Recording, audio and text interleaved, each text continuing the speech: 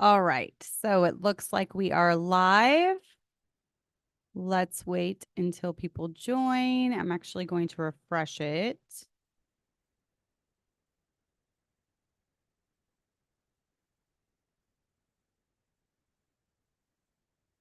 All right, it says private, but I'm hoping that when people start. Here, let me see.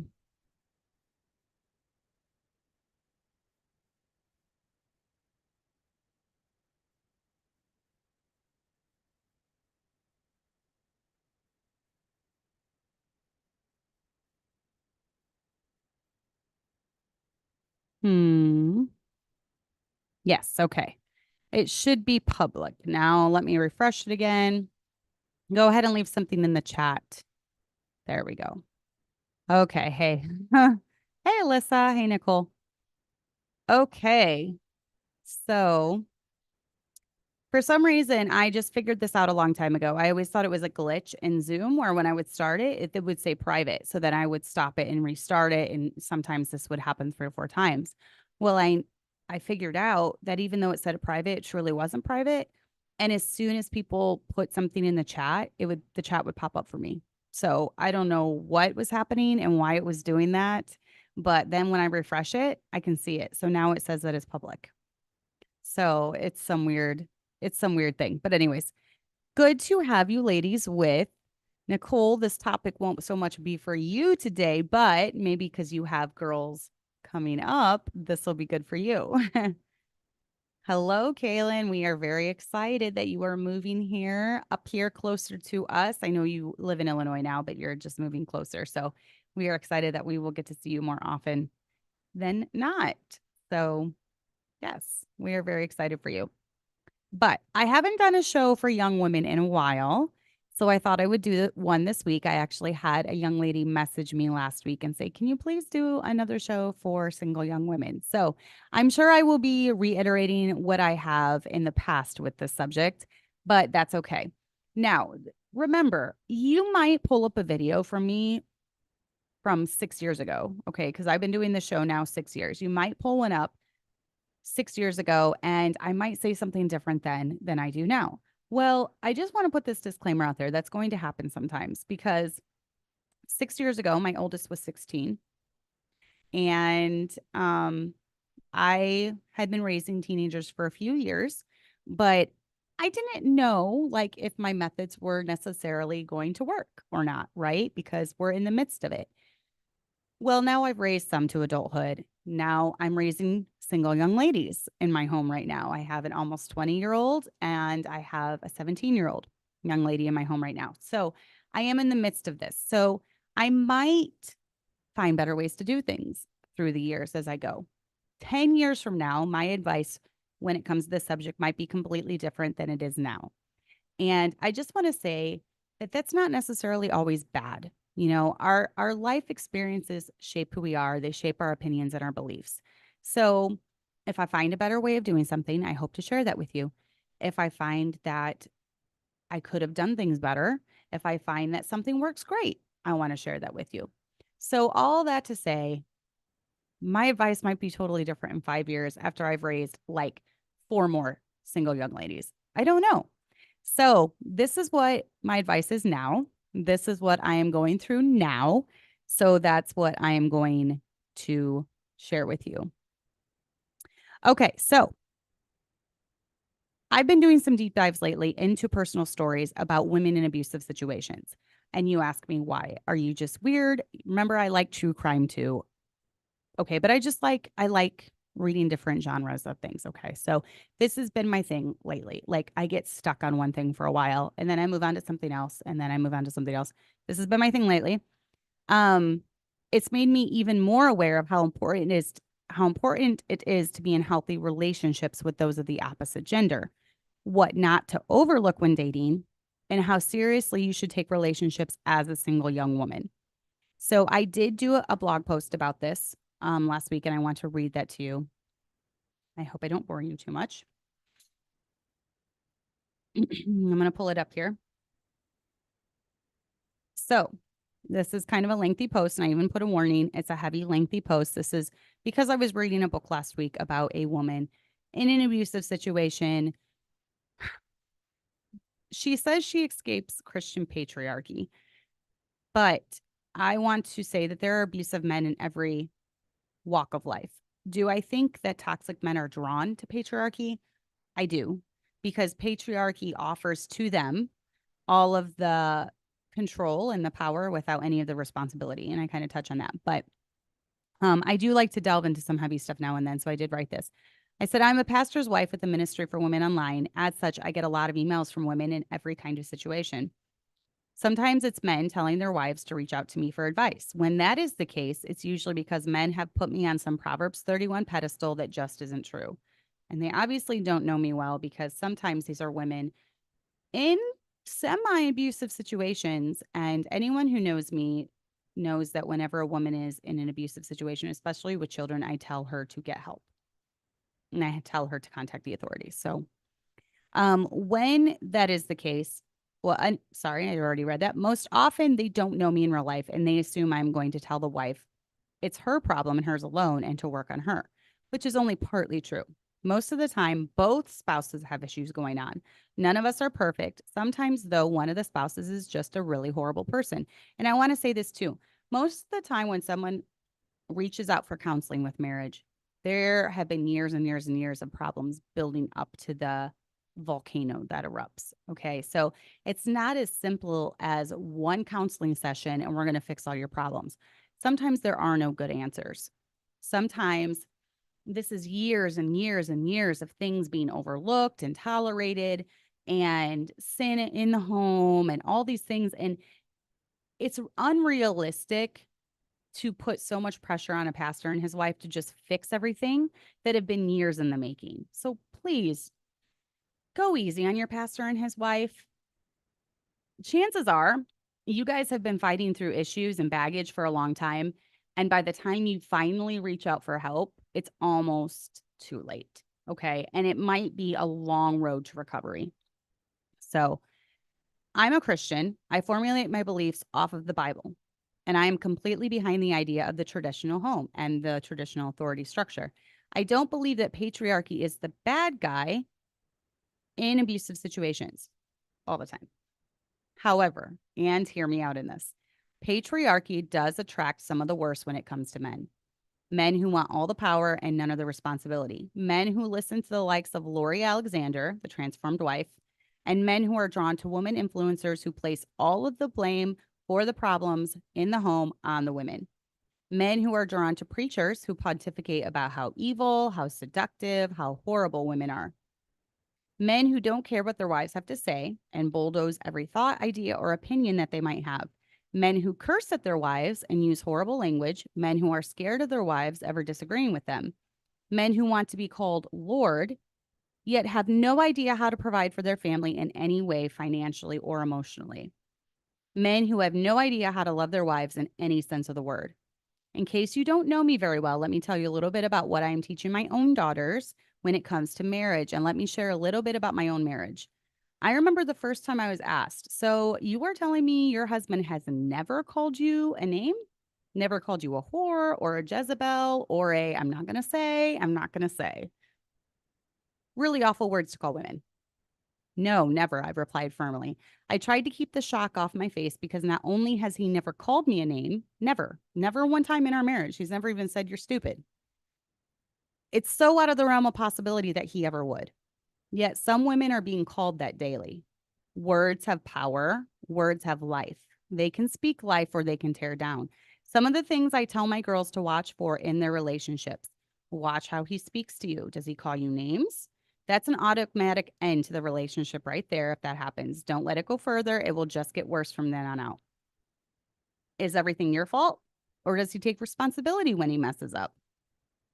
How does he treat women generally? Is he an angry man? Are you on edge when you are around him? Does he even know what he believes when it comes to core beliefs, who he is as a person, his thinking system, or is he just fitting in with whatever group he's around? Does he blame his bad days on you? Does he blame his mood on you? Does he say, if you just did better in A, B, or C, everything would be fine? Has he ever gotten physical with you in any way when angry? All of those things listed are major red flags. and it should not be ignored. In fact, I tell my girls to run if even one is listed. Let me explain what a good biblical marriage looks like. It's a husband who loves his wife in every area. He provides for her physical needs, a roof over her head, food on the table, monetary needs, and also in intimacy.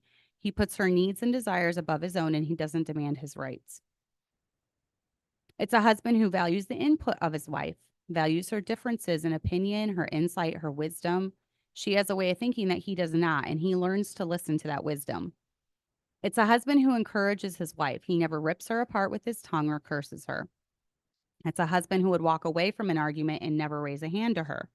It's a husband who realizes that his wife has gifts and talents and isn't intimidated by those. And let me tell you, there's a lot of men intimidated by a lot of talented women.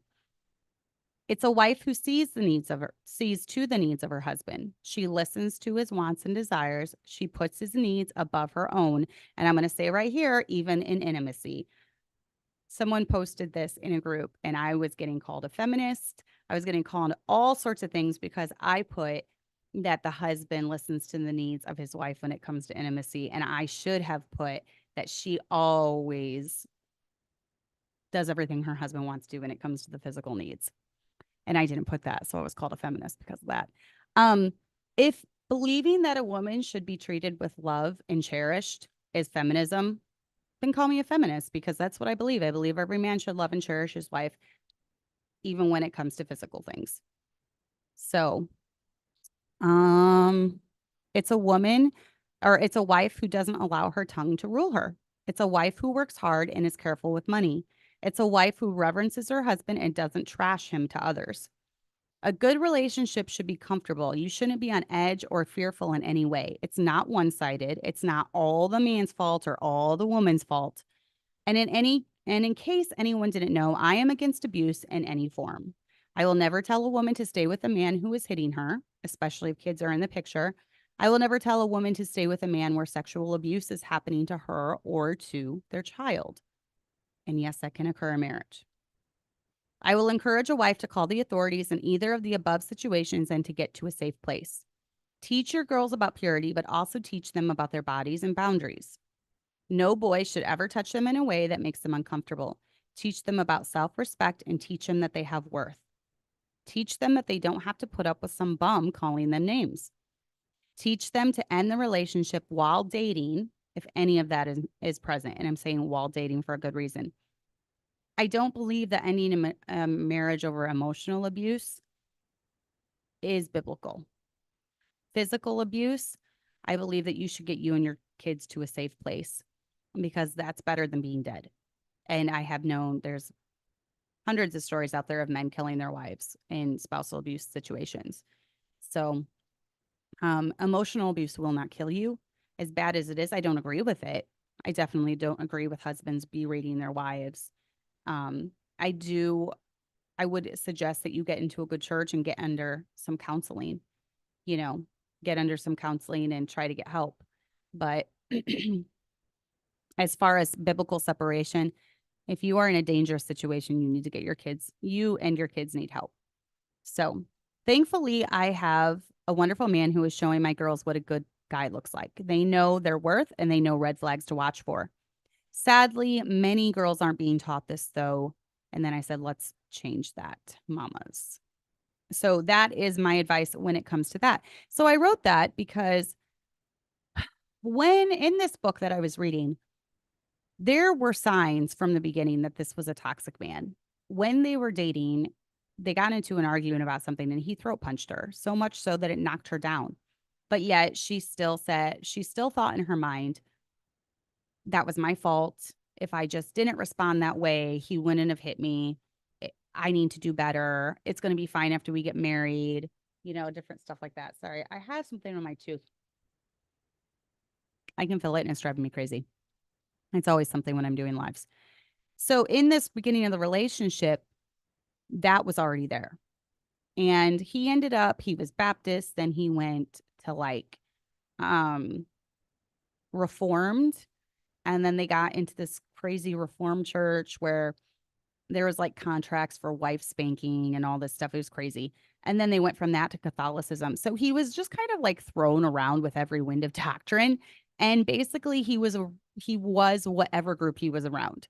So when he was Baptist, he acted like a Baptist. When he was Reformed, he acted like these weird Reformed people that believed in wife spanking. When he was a Catholic, he no longer did that, and he adapted the Catholic thing. So he just didn't know who he was. So in that situation, I think the guy was just psycho, and he ended up becoming an alcoholic. She ended up escaping with her children when he had like gone to get a gun. So she was pretty sure if she would have stayed, she most likely would have ended up a statistic. But she got her kids out and they ended up going to safety. Excuse me. But this guy was just psycho. So in that case, I don't think patriarchy is to blame here. I don't think, because he wasn't even being the biblical model of a patriarch that he needs to be. Biblical patriarchs in the Bible, there's stories about how they led their wives, or they went gentle. They went softly on their wives because they knew that they're the weaker vessel. A true man understands that his wife is a weaker vessel, and he won't put too much on her. He will lead her gently. He will lead her softly. So that's what a true leader looks like. And also biblical patriarchy, the Bible gives commands to husbands to love and cherish your wife and not to be bitter at them. And this man failed on all accounts. So in this case, I don't think biblical patriarchy is to blame. He was just psycho from the beginning. So now, what can you, as single young women, do to prepare for a life ahead of you so you're not running in the middle of the night to get away from your psycho husband? Let me tell you how I am preparing my daughters for their future lives. Okay, number one, realize that while marriage is honorable, it's not for everyone. It's not. Or it might take a long time to find that special someone. Waiting is better than marrying someone who is abusive, angry, or toxic. Let me say that again. Waiting is better than marrying someone who is abusive, angry, or toxic. When you marry someone, you become one. You are now joining your life with that person forever. It's supposed to be forever until you die. I know there's no marriage in heaven until you die here on earth, forever here on earth. You're joining your life with that person. You become one. You're with that person all the time, day in, day night. If there is abuse, if there is toxicity going on while you're dating, it's going to get a million times worse after marriage. So number one, stay busy while single. Stay busy while single. Don't be sitting around the house all day on your phone. There's so much that you can be doing right now to get yourself ready for your future life. What is my opinion on girls working? Well, I would rather have my daughter, not food industry. We've already ruled out food industry for our girls. Our sons worked in it. No bueno. It's not good for our girls. We're not going to have our girls working food industry jobs. But what do I feel? I feel that every situation is different. Every age is going to be different for what your children can handle. Do you have a daughter that gives into peer pressure and is not a good leader? Then a job might not be the greatest place for her because she might be swayed. But do you have a daughter that stands firm in what she believes, knows who she is, knows what she believes, is not easily swayed? I think that working in an environment where it's all female would be ideal. And that's exactly what Abby's doing right now. She's graduated. She's almost 20 years old. I want her to be busy in this season of her life. I don't want her sitting around the house on her phone all day. I want her to be busy. So she is working at a daycare 4 days a week and teaching piano from here 1 day a week. And it keeps her very, very busy. So that's good. But once again, I don't have like a dead set rule. My girls will never work. My girls will never hold a secular job because I don't feel every situation is the same. Not every girl is the same. And we have to be careful as parents, just being so black and white about everything, because you might eat those words when you get a 19, 20-year-old still at home. Girls going to college, same principle applies how I feel. If I have a girl that doesn't want to go, I'm not going to push her to go. If I have a girl, and I'm talking about Bible college, I'm not talking about secular college because I haven't come to this place yet where I've had a daughter that's like Holly and I talked about last week that really wants to go after any type of secular job or anything. So I haven't really dealt with this, and I'm not going to give like a definite I would never let my girls go to college. Once again, it would depend on the girl. It would depend on what they're interested in, the avenue. To me, I mean, I think it's great to get married young and to have kids young and for your husband to enjoy the wife of his youth. But I'm not going to say that that's going to happen automatically with all of my girls, because let's just say this, the pickings are getting slim when it comes to good, godly young men. And like I said before, it's better to wait than to marry someone who is abusive, angry, or toxic. So, and I stand by that. So once again, and my opinion is moot anyways, because you have to decide what's best for your family. So if you are completely against your daughter going to college, then you're completely against it. You don't have to listen to anything I say. If you are for your daughters going to college, then you're for it. I mean, you can do what you want with your daughters. It's on you, not me. I would just suggest to any of you that have younger kids right now, be silent about these subjects in the younger years of raising kids. Be silent, watch, and learn, because it's very, very easy to beat our chests and loudly proclaim what we're going to do when we have little kids. But it's a whole different thing once they start becoming adults and they start having their own will and they start having different interests than we do and they start having different desires than we do. It's a whole different ballgame. So be very careful in the younger years of raising kids about being loud and proud about what you're going to do as a parent or what you're not going to do as a parent. Okay, be very, very careful. My recommendation is be silent, watch, and learn. That's kind of what we did when we had younger kids. There have been families in our lives that we have watched how they've done things with their children. We've watched the product. We've watched if it was good fruit or bad fruit. And then we pick and choose how we're going to do things with our kids. And that's not a bad thing. You can learn from people's good things. You can learn from people's mistakes. So just be silent when they're younger. That's the advice I would give. Raise some good kids before you give others advice on this subject. It's a very easy to say, I will never allow my children to do this, or I will always make sure my kids do this. It's very easy to say that when they're young, but how about you raise a few? Raise a few, see if they're still in church after you're done raising them, and then, see if they make good choices and they marry right and they marry pure and they continue on in this Christian life. Wait until then. And then once they do, then you can start giving other people advice about it. If you aren't content single, you won't be content married. Let me say that again. If you aren't content single, you won't be content married. Life is beautiful. Don't sit around moaning about what is not. Celebrate life and see all the beauty around you. Once you get married, you are tied down to that responsibility. So take advantage of your single years. Take advantage of it. Don't sit around. My life is not complete. I don't have a boyfriend. You're 10 years old and you're like, I don't have a boyfriend. You're 12 years old and you're like, I don't have a boyfriend. You're 15. I don't have a boyfriend. You're 17. I don't have a boyfriend. You're 19. I don't have a boyfriend.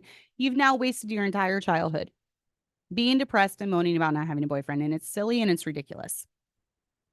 Life is beautiful. Take advantage of the time when you're single.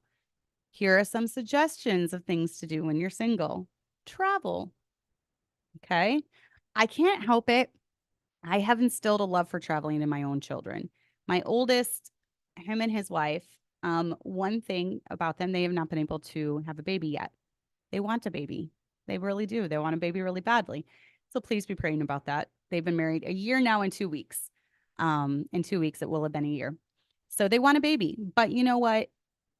They are a little sad every time it doesn't happen. But let me tell you what they're doing. They are enjoying each other. They're traveling. They're taking little trips. My son is crazy. He'll drive 6 hours to Branson and then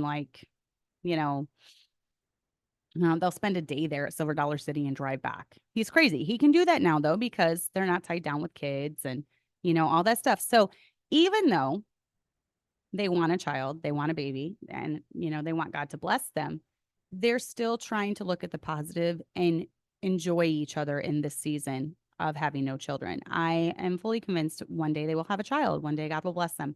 But in the meantime, they're enjoying each other and they're traveling. And, as a single girl, there's so many things you can do in your single years. You can travel. Just next Monday, Abigail and I are going to London. And that's where some of her daycare money that she's been saving up for, that's going to that trip. She's paying for her entire way. So I definitely would caution you, if you do start working, don't get a lot of bills. So, don't get into debt, don't get credit cards, don't have all these outstanding bills, because you don't want to get married if God sends the right man along. You don't want to strap him down with all this debt, school debt, car debt, credit card debt, school, whatever it is. Just be very cautious with that. But yes, you can travel. It's so fun to travel. I love traveling. Find another single girl and she can be your travel buddy. I know a couple girls who are doing that.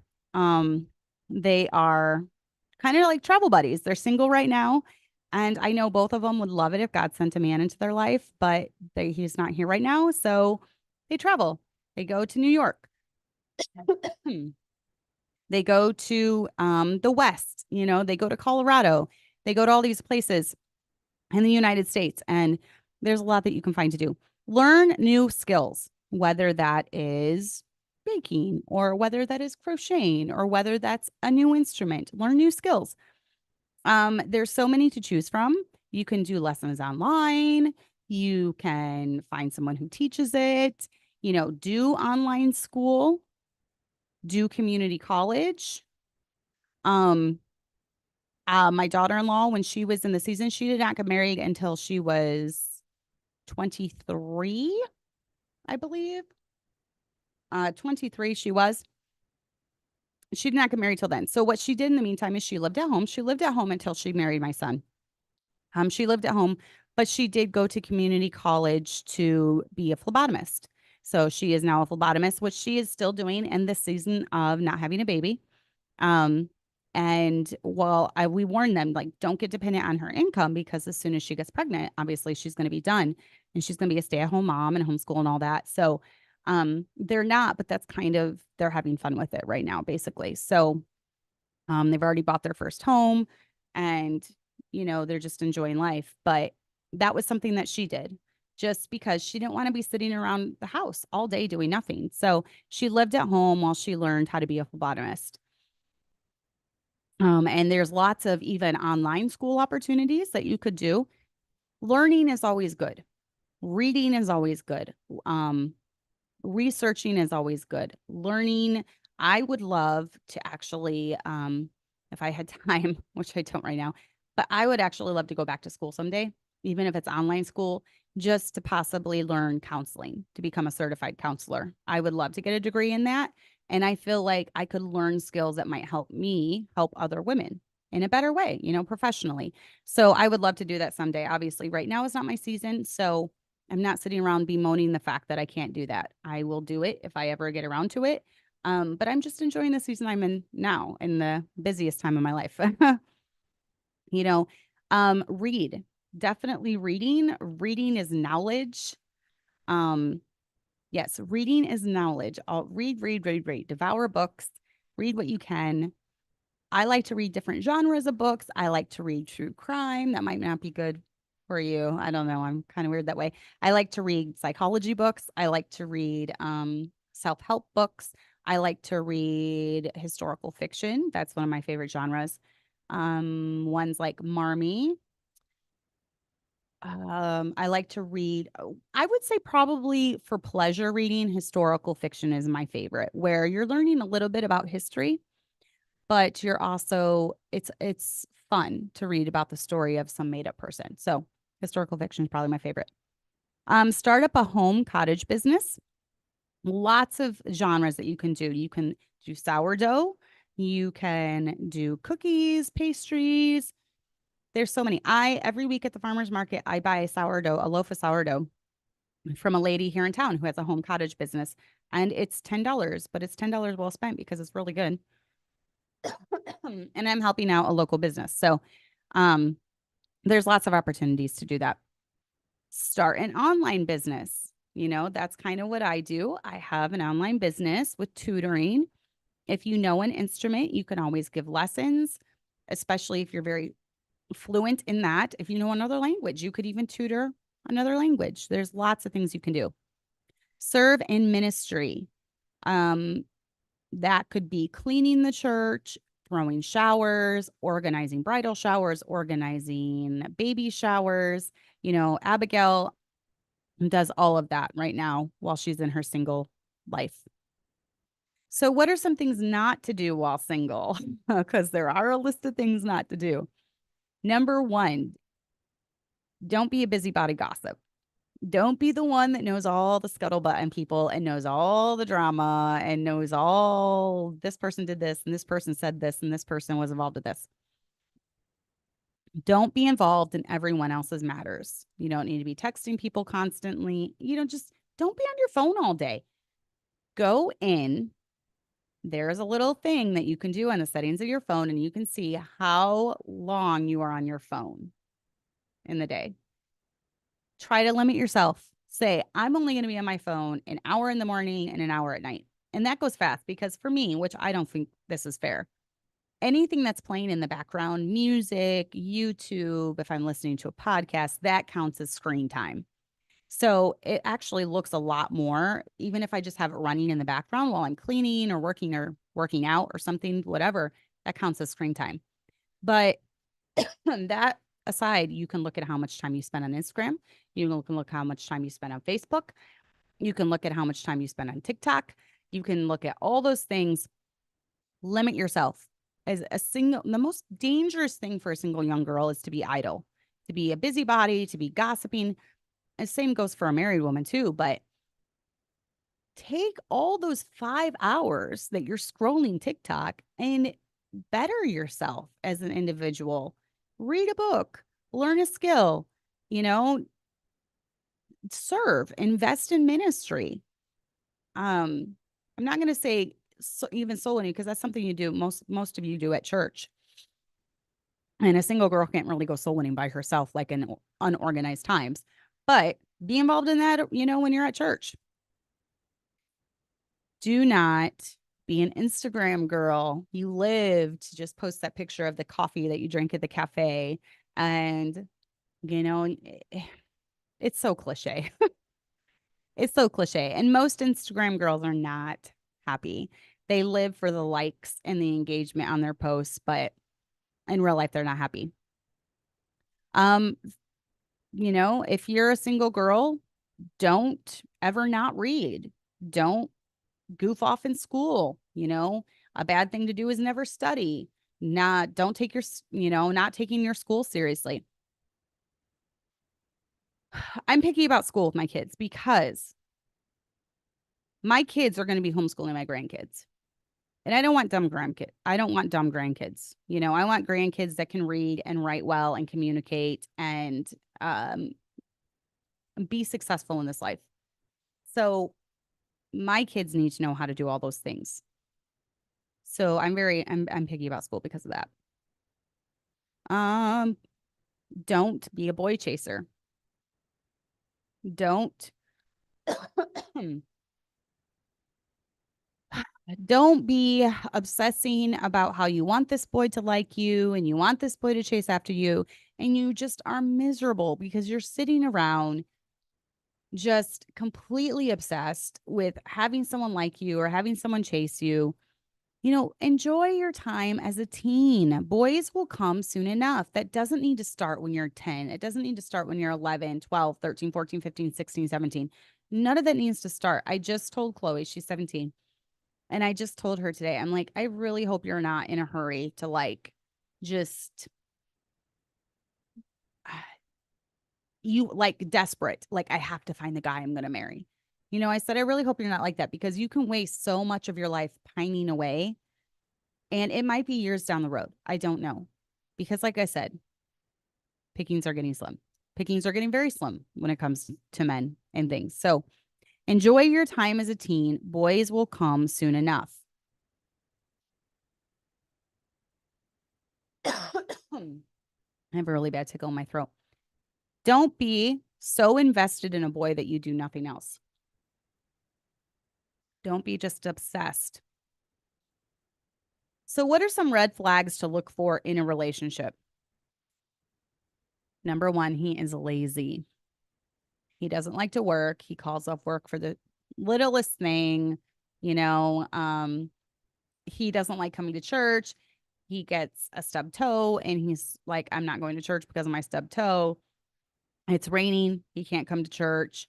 The roads have snow on them. He can't come to church, which if you've lived in Illinois your whole life, you know how to drive in snow. So get over it, get in your car and come to church. You know, that's not a big deal. A little bit of snow on the ground is not a big deal.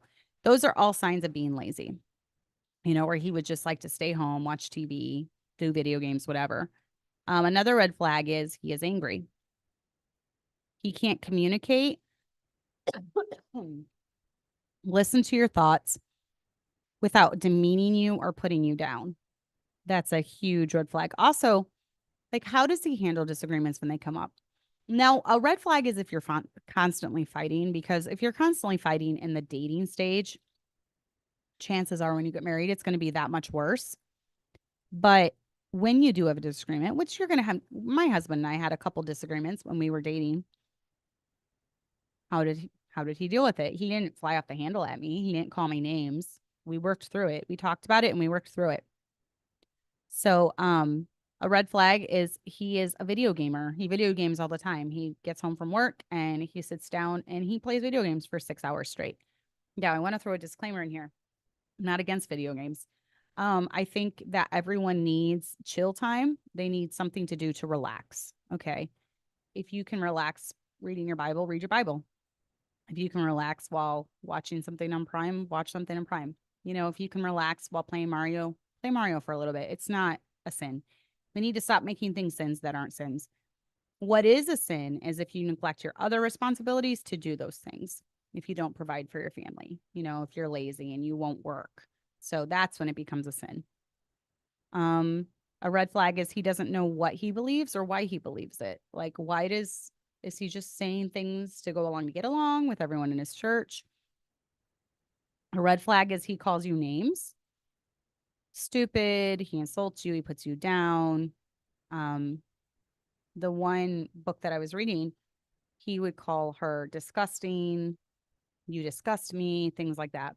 Big red flag. And he was doing it when they were dating. So I don't get why women stay with guys like that. I don't. Especially when you're dating, you have all the chances in the world to walk away. You don't. It's weird. Everything is your fault. He doesn't take responsibility. You have to walk on eggshells around him. A red flag is he can't stand your personality or he tries to change it. You fight or argue constantly. He says, after marriage, you will listen to me. Just remember, a true man doesn't have to twist your arm to get you to follow him. And I was actually talking with someone today, and she gave me this good quote that I didn't even know it. It was so great. Let me find it. It was something that Mom Pa Ingalls used to say. It was so great, and it completely describes my marriage to a T. So let me see. You know what Laura Ingalls Wilder said about her parents. So this is true. Ma always followed wherever Paul led, but Paul never led where Ma wouldn't follow. And I think that that's so true because even when it came to starting this church almost 13 years ago, my husband wanted to know I was completely on board. And this is one of the questions that he asks anyone who wants to be a pastor someday. Is your wife 100% on board? More so, is your wife 110%? Is your wife 150% on board? Because let me tell you, this isn't easy. It's not easy planting a church. It's not easy being in the ministry. And you need someone who's tough as nails, basically. And he knew he could not start a church unless I was completely backing him and completely on his side. And I was. I was all for it. Like, I brought it up. Actually, I'm like, this would be, great, blah, blah, blah. So, but a real man does, he takes into account your feelings when he leads you. And is it hard sometimes to put our husband's needs above our own? Of course. Is it hard for our husbands sometimes to put our needs above his own? Of course. It's hard for both spouses. Both spouses need to be giving 100%, not 50-50, 100%. The husband gives 100%, the wife gives 100%. So sometimes though, and I've learned this over the years, it's just easy to keep your mouth shut, even if you don't totally agree with something, and just leave it in the Lord's hands. And then it almost always works out to where he was right and you were wrong, or, he figures it out. He figures out that it was not the wisest choice. We don't need to be constantly nagging them or putting them down. When we mess up, it would be wrong of our husbands to hold that over our heads forever. And we need to be careful doing that with our husbands. We need to be careful not holding mistakes, and they're going to make mistakes, especially in their younger years. They're going to make mistakes, but it's better to just forgive and move on and not hold it over their heads forever. A red flag is, he says, after marriage, you will listen to me. Basically what I just said. He pounds his chest about how he's going to be the authority in your life, blah, blah, blah. A red flag is if he has crummy friends or he associates with crummy people. How is his spiritual walk? Or he pushes you to do things physically that you don't want to do. That's always a huge red flag. Both of you, especially if you're Christian young people, you're going to want to wait for anything physical. We do believe that purity is the best way. I do not believe that purity is toxic. I think the best way is learning everything together, and I will stand by that. Now, as moms, I do think that we need to teach our daughters about purity, about their bodies, about what is acceptable and what's not, because there have been some girls raised in this culture where it's a purity culture, and then they do get taken advantage by a bad person, by a bad man, because he takes advantage of their purity. So you need to tell your girls from the time they're young what's acceptable. If some guy makes them uncomfortable, they need to get out of there. They need to come find you. They need to come tell you. Those are things to take into consideration. But then what about you? You're going to have some red flags too. And yeah, I was called a feminist because of my post, because I didn't focus that much on women's red flags, and I should be telling both sides of the story. And I said, okay, but my ministry isn't to instruct men. My ministry is to women, not men. So to you hater out there, if you ever watch my show, which he won't, but he was the kind of toxic man that I was talking about is attracted to patriarchy. There are some red flags for women though. And now that I'm talking to you women and you single girls, these are some red flags that you need to be careful are not in your life. Number one, you're lazy. You sit around on your phone all the time. You never do anything. You're not helping clean. You're not bettering yourself. You're not, being a hard worker. You're not serving in ministry. You're not helping clean the church. You're not, helping another mom. You're lazy. You sit around gossiping about people all the time. You're on the phone constantly. You're texting. You're involved in the latest drama. You're discontent. That's huge.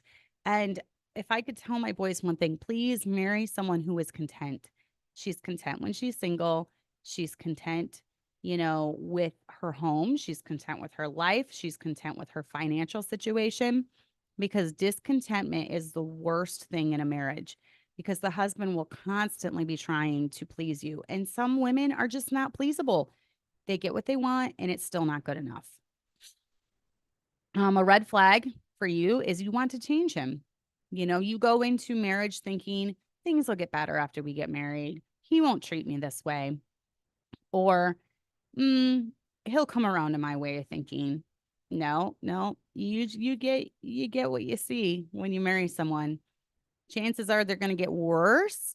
Now, I feel like obviously boys mature. We were both 20 when we got married, so we were babies. We were young, my husband and I. And we grew up together is what I like to say. I like to say that we grew up together. And the Tommy McMurtry now at 43, oh my word, is so much better than the 20-year-old Tommy McMurtry. I will just say that.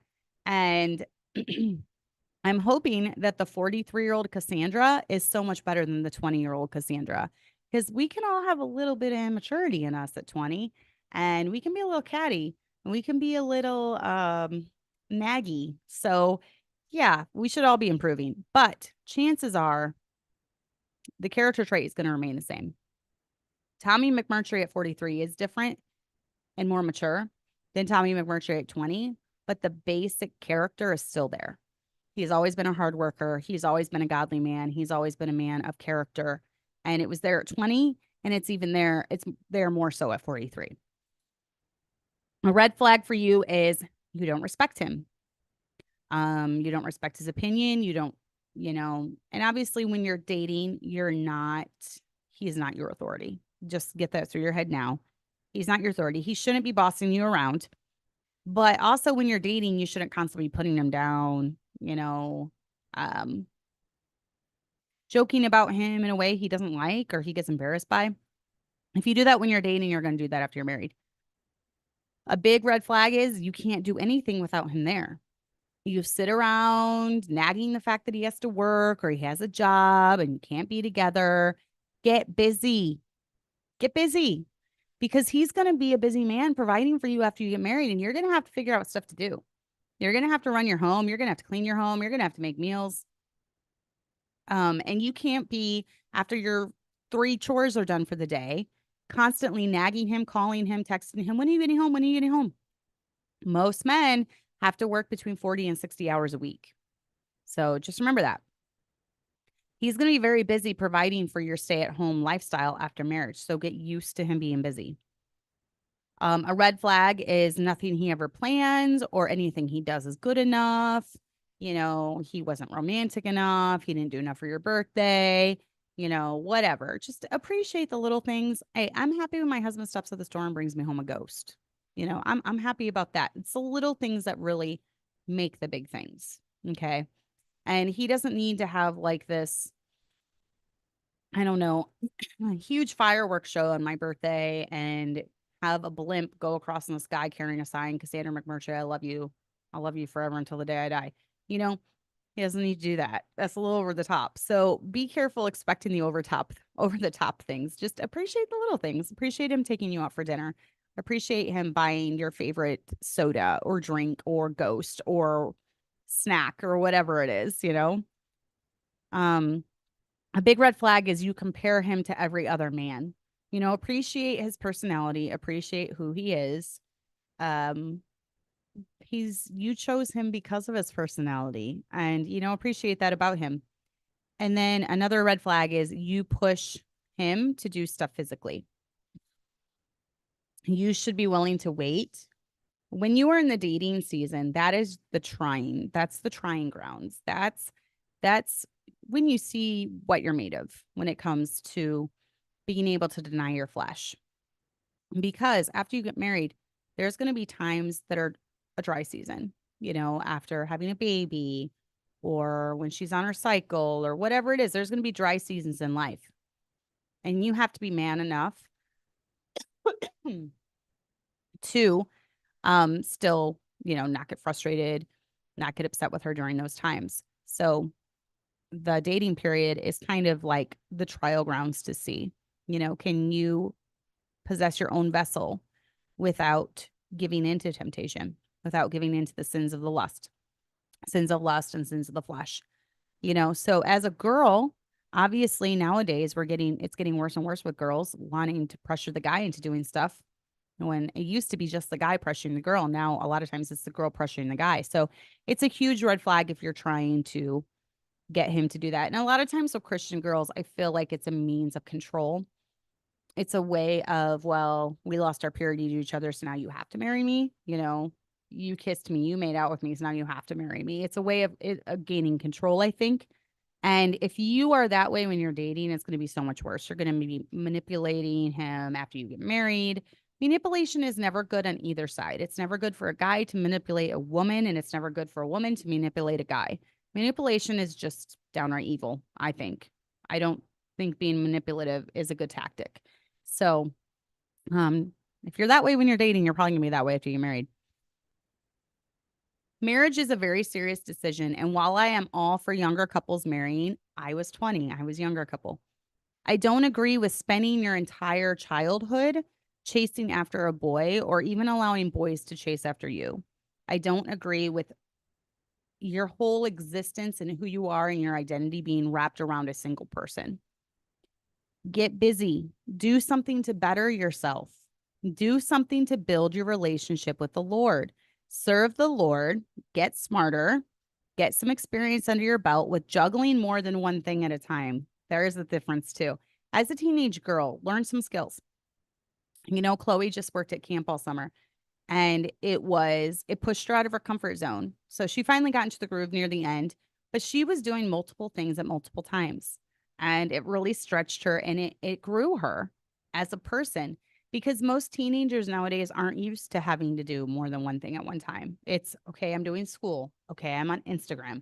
Okay, I'm playing an instrument. It's not doing school while watching a baby and if your plan is to get married young and have kids, you're going to be doing that. You're going to be juggling a lot of things. You're going to have a lot of irons in the fire at one time. So most Gen Z don't know how to multitask. They don't know how to juggle more than one thing at a time. So be the exception.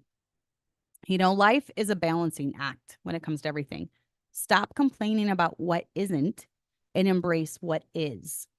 Take this time to fully embrace life. Enjoy yourself, enjoy your family, enjoy your friends, enjoy every season of your life, even the single years. It definitely can be done. And contentment is the one thing, the biggest thing I think that I wish I could get my kids, because if you look at every situation where there's strife or there's anguish or there's marriage problems, it comes down to discontentment most of the time. Discontentment in how they reacted to a situation, discontentment in how someone responded to you, discontentment, even when it comes to your own kids, when parents are often upset with their children, it's discontentment in how they didn't, you know, reach up to the expectations that the parents had on them. So much discontentment is right at the root of so many problems. And if I could just get my kids to be one thing, it would be to be content. Content at whatever season they are. And if as a single girl, you have to learn contentment. If you're not content without a guy, you're not going to be content with a guy. There will always be something bigger and better that you want. So enjoy the season that God has you in right now. Enjoy it. Just make the most of it because life is short and life is fleeting. And right now, I'm telling you, some of the most godly, like some of the girls who have the biggest heart to serve the Lord and the biggest heart for soul winning and the biggest heart for leading other people to the Lord are single girls. If you are so focused on a boy during those teenage years, you're going to lose a lot of that zeal for the Lord. You're going to lose because I won't be able to clean the church because I need to talk to so-and-so, or I won't be able to go soul winning because I need to go, or I want to be a silent partner of my boyfriend at 13. I want to be the silent partner of my boyfriend. And so then you're never the talker, when you go out soul winning. That's just a silly example. But when you wrap your life up in another person at such a young age, when it's going to be years and years and years before marriage, you're missing out on so much. You're missing out on opportunities to serve. You're missing out on, a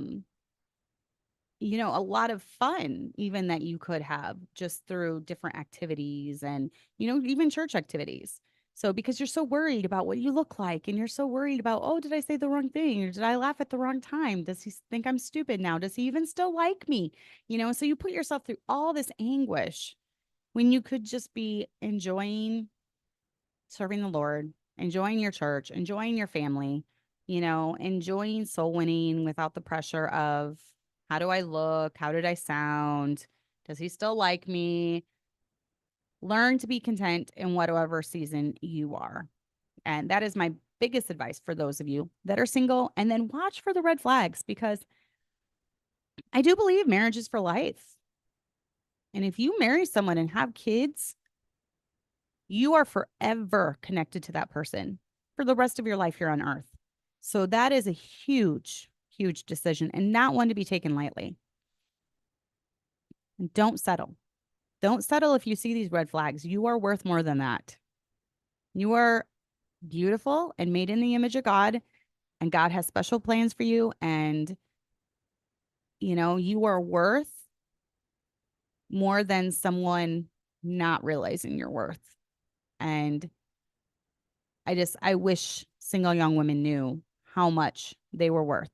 So get better, do better, better yourself, get smarter, learn a skill, get off your phone. Don't be an Instagram girl, and then just be happy and content. And whatever God has you, whatever season God has you, be happy and content. So that is my advice for today. I'm going to wrap it up now. I am so sorry for all the coughing today. Every time I start talking for a long time, and then I had the 20-minute live before this. So it's been an hour and a half of talking. My throat just gets irritated. So do not listen to me if you are totally into ASMR, because this is not the place to find it, because my coughing annoys even me. So I'm sorry about that. But I will see you next week. I'm going to try to do a live before I jet off to London with Abby. So go ahead and follow me on Facebook. Find me on Facebook. I'm under Cassandra McMurtry. Instagram, I think I'm Cassie Ray McMurtry, maybe. I'm sure I'll be posting because it's London. So it's going to be fun.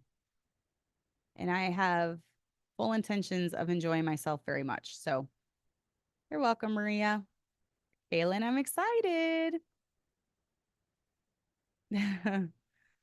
I'm glad, Chanello. All right, ladies, I will see